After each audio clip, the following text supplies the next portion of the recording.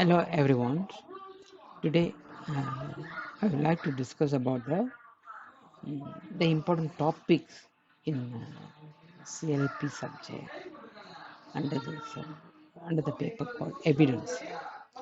So the topic we are focusing on today is admissions and confessions. The purpose why am I discussing the admissions and confessions, because there is a confusion which I feel when I study the subject. So that way I'm trying to share with you all the knowledge with you guys. The first of all is admissions. Usually whatever evidence, whatever subject, object, real evidence or documentary evidence need to admit towards court, they need to be they need to court permissions whether it is relevant or not. So in that moments we have to raise this issue, admissions. So like previously we have seen the relevance, weight, admissibilities, irrelevance, prejudice, probative value, these kind of things. So admission is quite connected. So let's say that is the knife is relevance, it admissible, it's is connected to the relevant fact and affecting issue. That the moment we have to raise these sections 17 sub 1 Evidence Act 1980 1950 say that a statement or a document, any substance, any information related to the facting issue or relevant fact, which is you think and the lawyer thinks and make the court to feel likewise think it is quite connected, then we have to do that. Any inferences as to any facting issue, relevant facts, and it is tell us help the court to decide the case in whatever in some circumstances, then we have to raise and submit the evidence via these sections. Example, that is my knife. See in the circumstance is murdering, the accused stabbed the victims 10 times. So the circumstance, the knife, we have to raise it we have to tender into the courts. So how, in which way? Admissions via section 70 sub 1, it's quite connect to the facting issue. So that is called, that is I'm trying to explain here. And sub 2, 70 sub 2, it's connected to confession. Like I admitted that I did this wrong. I stabbed her. I killed her. I admitted the wrongdoing. I admit the offenses that I did. It is means confession, which is adverse to detrimental to myself. So it's a make it's called under confession. It might be fall under the confession. So example also I have raised it here. I stab her 10 times, which means I kill Mona. So this statement is committed that I committed the offenses. So which is detrimental to myself. So that is means confessions. The next slides I would like to show.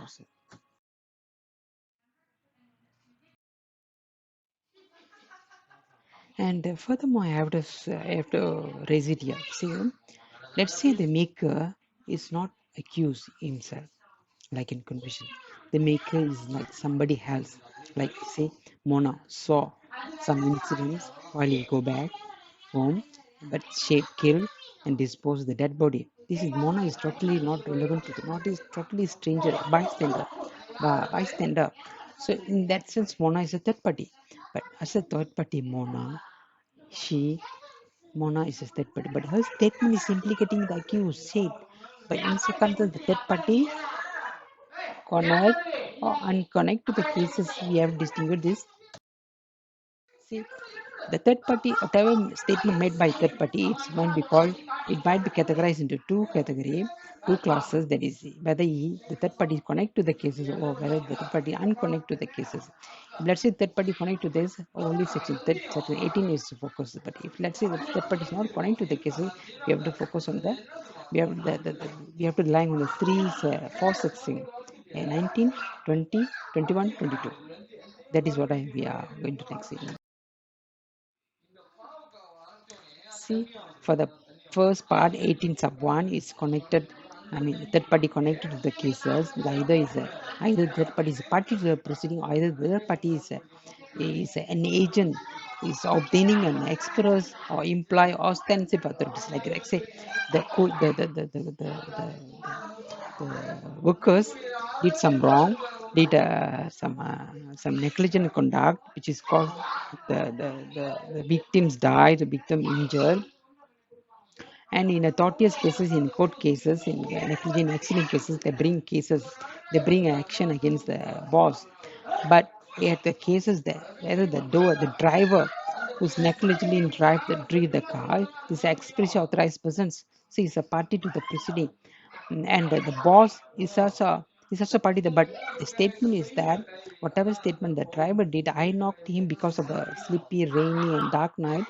This kind of statement, it's called statement admissions under Section 18, but implicating a boss deed to vicarious liability under Section 18.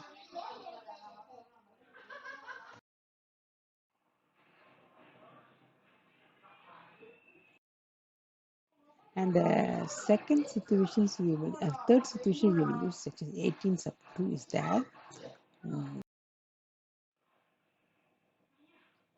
18 sub 3, sorry, is that it's like say if you're asking loan from bank, at the end of the day you default your bank payments monthly in overdue, and the bank want to take action against you, and the bank officer, the person in charge of your loans, everything handling, he make a statement.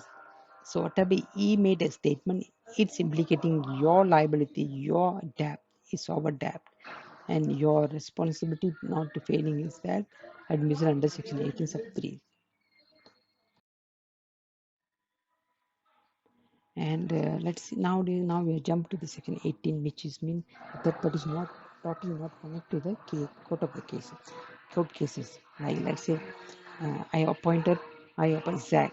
Zach appointed A as to be his workers to contract of service to collect monthly rental from Zach tenants previously, because the house was owned by Zach. But now Zach migrated to Bay. He appointed Zach to be his employee to work for collect all monthly rental from tenants X and Y. But after Zach migrated to Dubai, that didn't do his job. He didn't do his work. Since he didn't do, then tenants are take advance not to pay rental because he didn't demand it. So they take an opportunity to stay free until it. But this one found out by Zach, then should bring action against A for breach of contract service. So in that circumstances, tenant Z, X and Y is totally not connected to the cases, because here Zach and A is the one party to the cases, connect to the cases. But since the statement of X and Y is important to prove A is breach of contract of service, so Zach need to use this kind of statement to support his court case actions. So these statements will be fall under 18 Evidence Act, 19 Evidence Act, under the category of not connected to the cases. So see, as I explained here in the chart forms, it will be easy for you all to catch it. And the second situation is that admission of the persons is expressly referred to the party to the person, like say A, B, C, all three of them partnership of the certain company to build a company, initiate a business. But afterwards, due to some personal problem, A, A decide to breach his contractor relationship within among them, then left from the picture. But later part, A and B did smoothly divide profit divided among them, but decide there is a dispute between them. Decide to do the business as following, but unfortunately their dispute to each others make it that not compromised among them. In that circumstance, they refer to the C's help to support whatever statements that made by A, B in front of them, it's undeniable. So it's estoppel from denying what state in the statement made by C. So C statement is important to express refer to the particular. So in that kind of circumstances, you can use section 18, section 20. And the 21 section 21 is about the overall view, which is that I say that section 19 to 9, 18, 19, 20 is referred to the third party admission only, but section 21 is about the first party and third party admission. So like for instance, say A made statement to B, but content of the statement implicating A in himself. Section 21 subset. Say A made statement to B, but the content of the statement referred to the third party stranger. Section 21 A and B. More precisely, let's say A killed Mona, but Mona dying at the last moments. He made statement, Ali did this. So this kind of statement, it's tender by Zach, but Zach is totally not connected to the case cases, not party to the cases, not coming to the court cases, not party to these cases. As a stranger, it should not be tender into the courts there because there is lack of credibility. And furthermore, even if Zach one tender at the court of the statement, it's yes statements because the maker is not available. His statement you have to fall under the exception one maker's died. So in the under section 32 sub 2 sub 1 sub A, but usually often infrequently prosecutions using section 32 sub 1 under ESA, but SAG there is alternative ship, but most of students are determined aware of that. Section 21 sub A also allow to ZAG to use this section then there the court via that admission of third party statements, but it's a rare seldom to use it. And section 21 sub B, it's about the state of mind or bodily feeling. It's quite connected to the similar fact evidence. Instead of going similar fact evidence practically brought by section 21 something like, for example, similar pattern, similar mood, similar designing, killing serial killer for last year, previous year, every year he did the same method, same way. He did kill all the victims, make it as to tracking similarities using section 21 sub B. Otherwise, section 11 sub B or 14 or 16. But usually there is alternative. In Malaysia, they have a lot of USA agreement. You can use alternative either section. Similar section also you can use 21 sub B or otherwise 11, 14 or 15.